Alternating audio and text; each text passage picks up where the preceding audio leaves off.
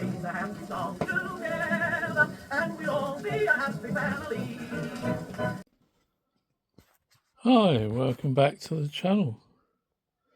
So, what have we here? Well, this was very kindly given to me today, and we'll take a look. And it is very heavy. Surprising how heavy it is. So let's undo the clips and the lid loose up, and we have, and it's a Grundig reel to reel.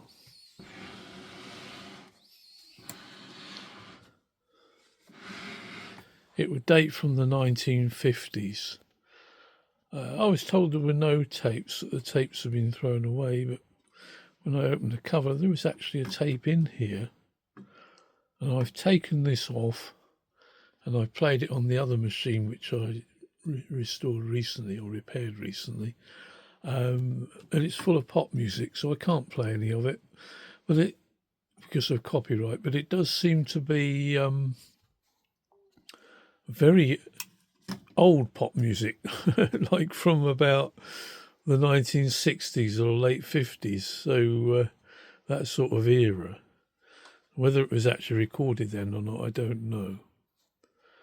I noticed it's got a magic eye for a level indicator there.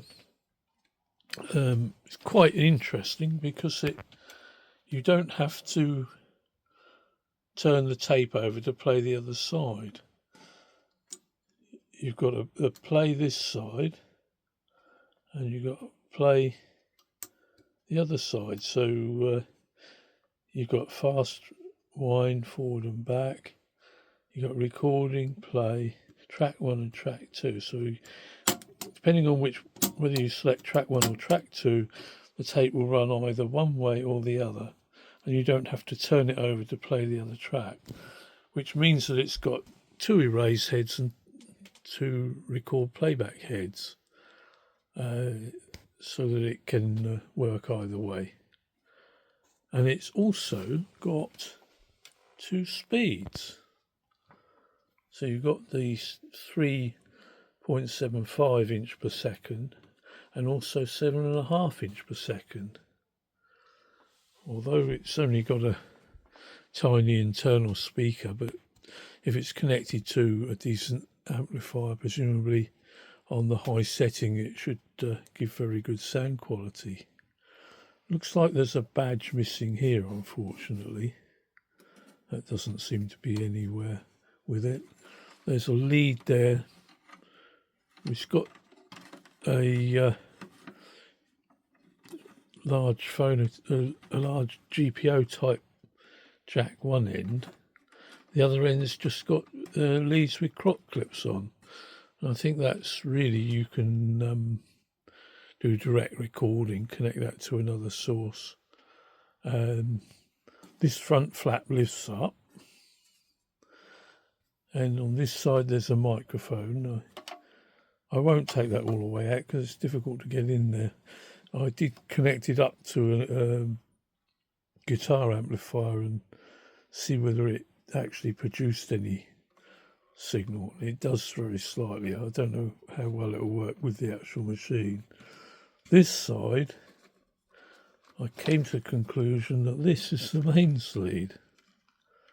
Now it's got this peculiar round pin plug on it. Now it's possible this is just a 2-pin plug of the old 5 amp UK standard. It's just 2 pins. Only normally, even back then, you had a third earth pin which would open a guard on the socket. So there were a 15 amp socket with round pins, 3 pins, and a 5 amp tight size socket, a small one. But again, it was 3 pin. with an earth pin. This is just 2 pins, so I'm not sure about that, but I think it's probably a 5 amp plug. So there's only a small space in here. Probably the best thing to do would be to have an inline cable connector plug and socket, if you can still get them, so that this could be stashed in here. You could have a plug with as an adapter. So that's the plug, and the other end of that had an inline socket on it which fits into the back of the machine. So if we turn it round, I'm doing this one-handed, of course, there is a flap here that comes down, and it's marked their mains, and it's marked 110 or 220, 240, 200, 220 and 240 volts AC, 50 cycles only. So if it was on a 60 cycles mains, it wouldn't run at the right speed. And it says there voltage selector, which is up here as well. So obviously before anything is done, I need to check that that's set to the right voltage, which here is the maximum 240. The mains is often a little over 240 here. Then there is fuses, a 2 amp fuse and a 1 amp fuse. So this would need I'm not sure how they're wired in, why there's 2. Find out if I can get a decent circuit diagram. Then it says all these as remote control. So presumably that's like a push button or a foot pedal that you could start and stop the machine. I suppose if you use it in a school or something, you might want to stop and start it.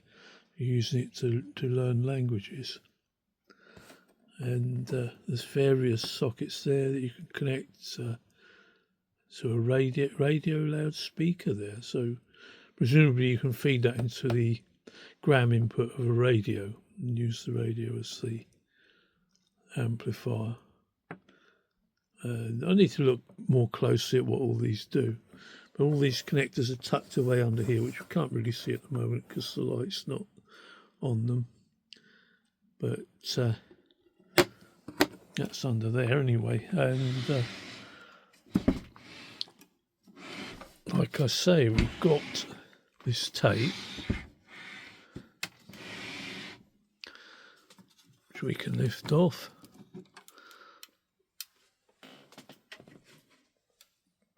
And the take-up spool. Well, the tape seems to be in okay condition. As I say, it does play. Now,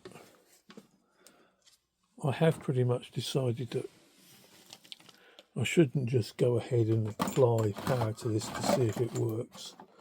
It may not have been used for many decades, so we will find out. So we can get this top off and have a look.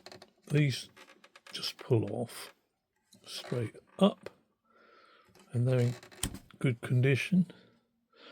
As I say, the only thing I've noticed is this missing badge.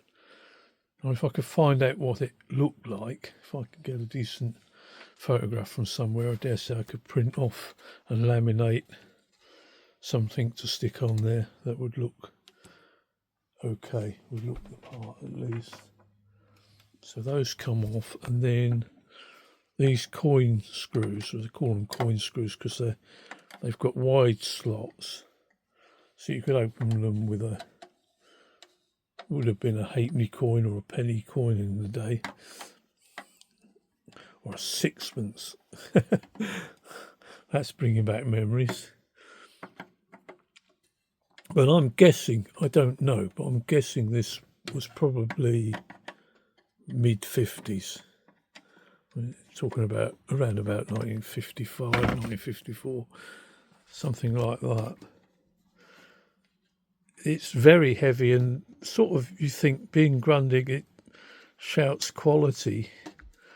But when I've seen, looking online, they're not rated very highly for sound quality, but whether that's just because it's only got a tiny speaker and you connect it to other equipment, it sounds quite reasonable. I'm not sure. I couldn't find any model number on it, but it has got the word. We can't see it on here, unfortunately, and I can't keep moving it around easily, can I? Because it's so heavy. But it's got the word reporter there. So I did a search for Grundig reporter, and it is quite likely to be a 700L model.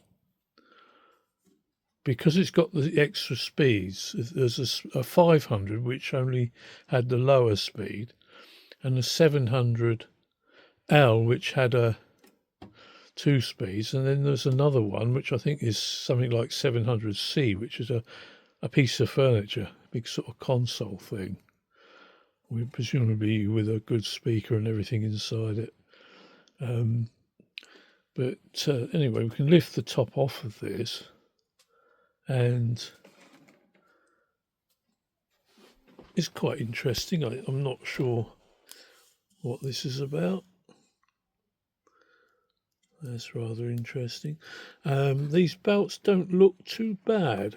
I've got a fair idea that would work. What I think won't work is this. This is a tape counter system. Looks like a little clock face, and it's turned by this, and I notice it's crossed like that. But this belt is very loose, and it's probably not going to work. But that would be quite easy, just to find one of those multiple purpose belt kits and find something this close to the right size. They're a bit stretchy. It probably wouldn't be perfect, but it would actually turn and do the job. These have got loads of contacts down under here, so I can imagine they'll all be dirty and not making contact. This is the record button, so you press that down and put it into play. It will be in record mode. And here's the magic eye tube, which can be replaced with this cover off, but whether that's any good or not, I don't know. I don't think they're very easy to get hold of now, so it would be a bit difficult if that's no good to actually set the recording level. But that's pretty much it really at the moment. That's just a kind of quick first look at it. I've no idea how to get into it, and I'm not sure whether I've got the right circuit diagram here. It's very, very small print, so I mean I've got it as a PDF file, so I can actually zoom in on it on the laptop. But that's the circuit for Reporter 700L, which is what I think this is. So there's a good chance that's the right schematic. It's whether I can find out more information. It would be nice to get a manual for this, or at least an e-copy of one, if because it's going to be quite complicated. The other thing, of course, is that almost certainly all the manuals are in German, and I only did 1 year of German at school, so I'm not very good at that. But yeah, it's the next project really, and I'm very, very grateful to the person who kindly gave me this, and apparently has watched my channel, so follow along with me as I try and do something with this. I'll try and get into it, I think, so that I can change critical components like the smoothing cap and the capacitor on the grid to the output valve, and see if there's anything really dodgy that needs looking at first, and then make sure it's set to the right voltage setting, and bring it up very slowly on the variac through a dim bulb, first of all, just to see if anything happens at all and if the amplifier works. It might just work if it was plugged in, but obviously I can't plug in that round pin plug, so I have to work something out there. But that's at the moment the state of play with this one. So I hope that's of interest to people, and I'll maybe have a look around to see if other people have worked on these on YouTube. Might be able to find out some information that way. And it should be quite an interesting, good quality product if it works. So that's at this point I will leave it there, I think, and I'll say bye for now, and we'll catch you on the next one. Sing the happy song together, fill the air with harmony. Sing the happy song together, that's the song to choose. For pushing away the blues, keep the heartstrings running, and the good times coming. It will keep on humming.